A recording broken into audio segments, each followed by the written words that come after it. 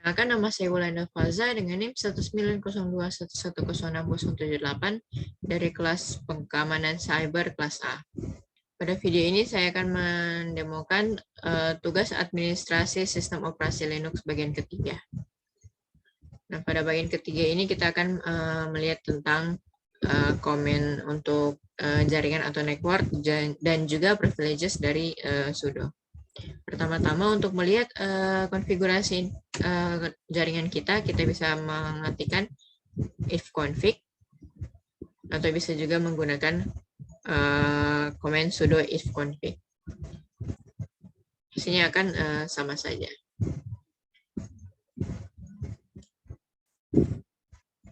Nah, terdapat bisa dilihat di sini ada dua contoh jaringan.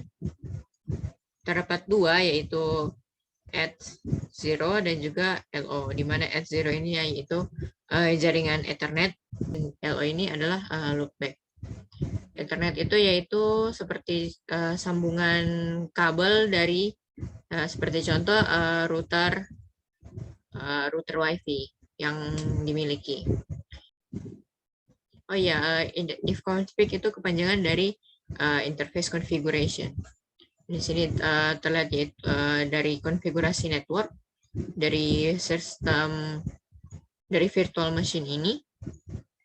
Di sini ada IP address dari untuk jaringan Ethernet, dan juga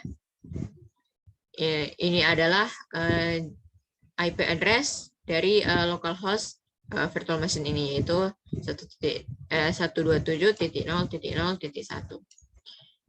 Pada konfigurasi ini juga terdapat MAC address. Bisa dilihat ini adalah MAC address dari virtual machine ini.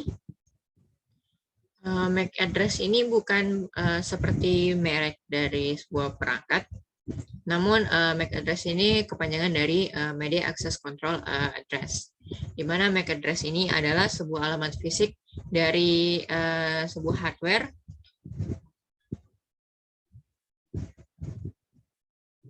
yang bersifat unik, dan setiap hardware itu hanya memiliki satu MAC address saja, dan tiap perangkat memiliki MAC address yang berbeda-beda, tidak ada yang sama. Hubungan dari IP address dan MAC address ini adalah agar perangkat bisa berkomunikasi antar satu sama lain, maka diperlukan MAC address, dan agar jaringan komunikasi jaringan berjalan lebih sederhana, maka diperlukan IP address. Dan seperti yang saya katakan tadi, untuk MAC address itu yang setiap perangkat itu berbeda-beda MAC address-nya, dan tidak ada yang sama. MAC address tidak bisa diubah, sebenarnya bisa, tapi jika dilakukan perubahan, maka bisa jadi terjadi suatu error pada jaringan, jadi tidak disarankan untuk mengganti MAC address ini. Sedangkan untuk IP address, karena IP address ini digunakan untuk berkomunikasi dengan jaringan internet, maka IP address ini bisa juga berganti-ganti sesuai dengan jaringannya. Lalu selanjutnya yaitu mengenai sudo, di mana untuk sudo ini yaitu kita bisa melakukan berbagai macam komen atau perintah, namun terdapat beberapa perintah yang tidak akan dapat berjalan jika kita masih sebagai user biasa. Dan untuk tingkatan user yang paling tinggi adalah user root, di mana user root ini dapat menggunakan semua komen yang ada. Jadi di sini untuk Linux sendiri bisa menggunakan kata sudo ini di awal. Jadi pada saat kita memakai kata sudo ini dalam setiap komen, itu berarti komen kita yang kita jalankan itu berjalan sebagai user root dan bukan sebagai user biasa. Jadi namun ada juga salah satu cara lain agar kita bisa menjalankan komen atau perintah tanpa kita harus mengetikkan sudo berulang-ulang pada awal komen. Itu kita bisa menggunakan komen sudo su, di mana sudo su ini, untuk su itu, di mana su ini berarti super user, di mana super user ini adalah root. Jadi jika kita mengetikkan sudo su, lalu enter, maka bisa dilihat pada bagian prompt ini, yang awalnya sebelum kita jalankan sudo su ini, di sini usernya masih bernama Kali, di mana user biasa kita. Dan jika setelah kita menjalankan sudo su ini, maka bisa dilihat nama dari user kita ini sudah berganti menjadi root. Dan untuk root ini, jadi kita bisa menjalankan berbagai macam perintah tanpa harus mengetikkan sudo di awal komen atau perintah. Untuk keluar dari user root ini, bisa kita ketikkan exit.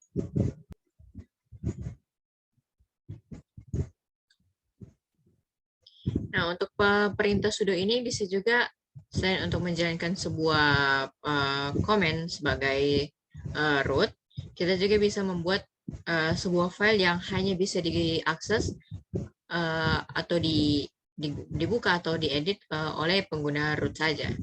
Jadi di sini bisa, sebagai contoh, bisa kita membuat sebuah file. Jadi bisa kita ketikkan sudo touch untuk membuat sebuah file, lalu nama filenya. Di sini kita akan membuat file 3.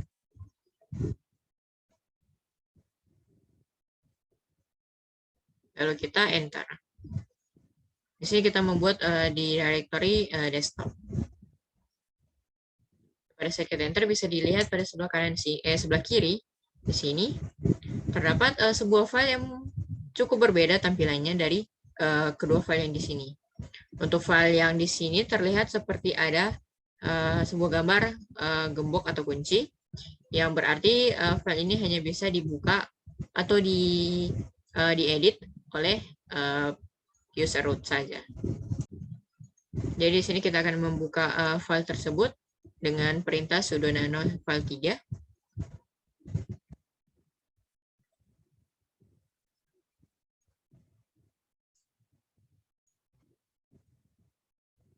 Jika kita enter, nah, di sini karena masih kosong, masih empty, masih sebuah empty file. Di sini kita akan mengetikkan it's April.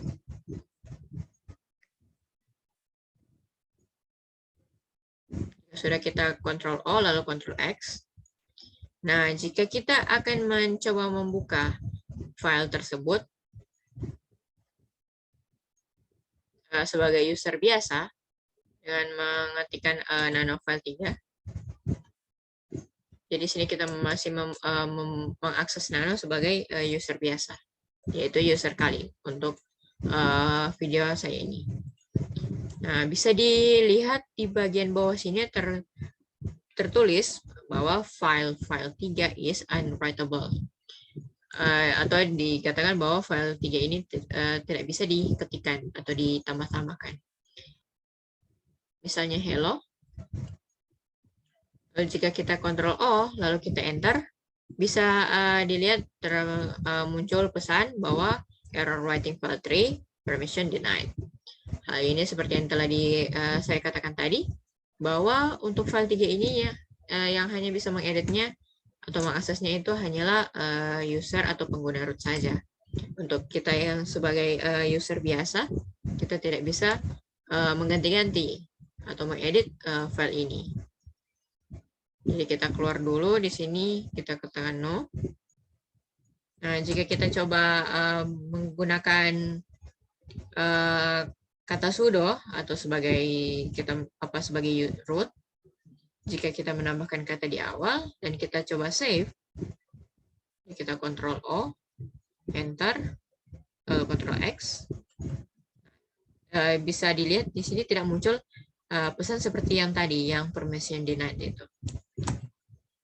Ini karena kita mengakses nano file ini menggunakan pengguna atau sebagai pengguna root. Maka dari itu kita bisa mengeditnya. Sekian demo bagian 3 ini. Terima kasih.